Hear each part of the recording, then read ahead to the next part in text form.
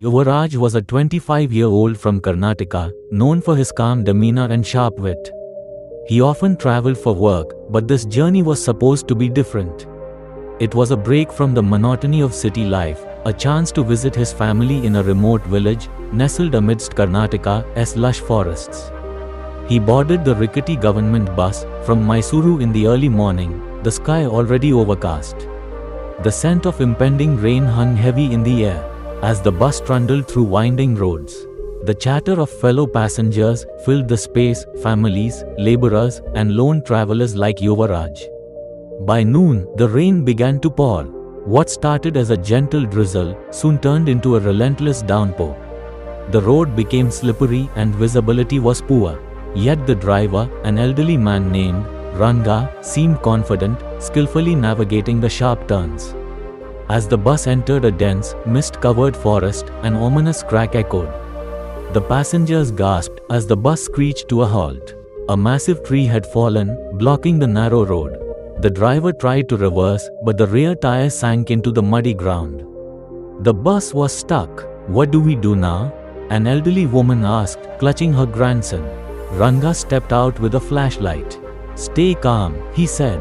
"Let me check the situation." Yuvaraj peered out the window. The forest looked alive in the rain, trees swayed violently, and the sound of distant thunder added to the tension. Some passengers began murmuring about wild animals. Others prayed silently.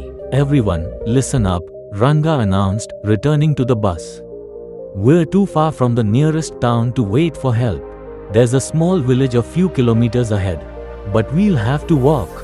A young man scoffed. "Walk? In this storm? It's suicide. Staying here isn't safe either," Yuvaraj interjected, his voice calm but firm. "The rain shows no sign of stopping, and if the water rises, we'll be in real trouble."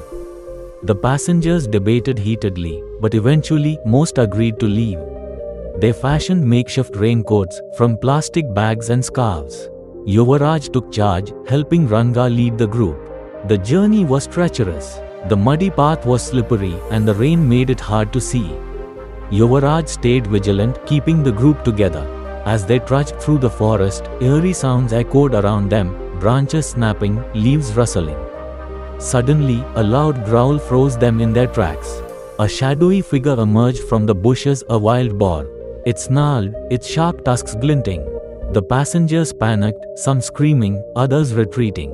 "Stay still," Yuvaraj yelled, grabbing a thick branch from the ground.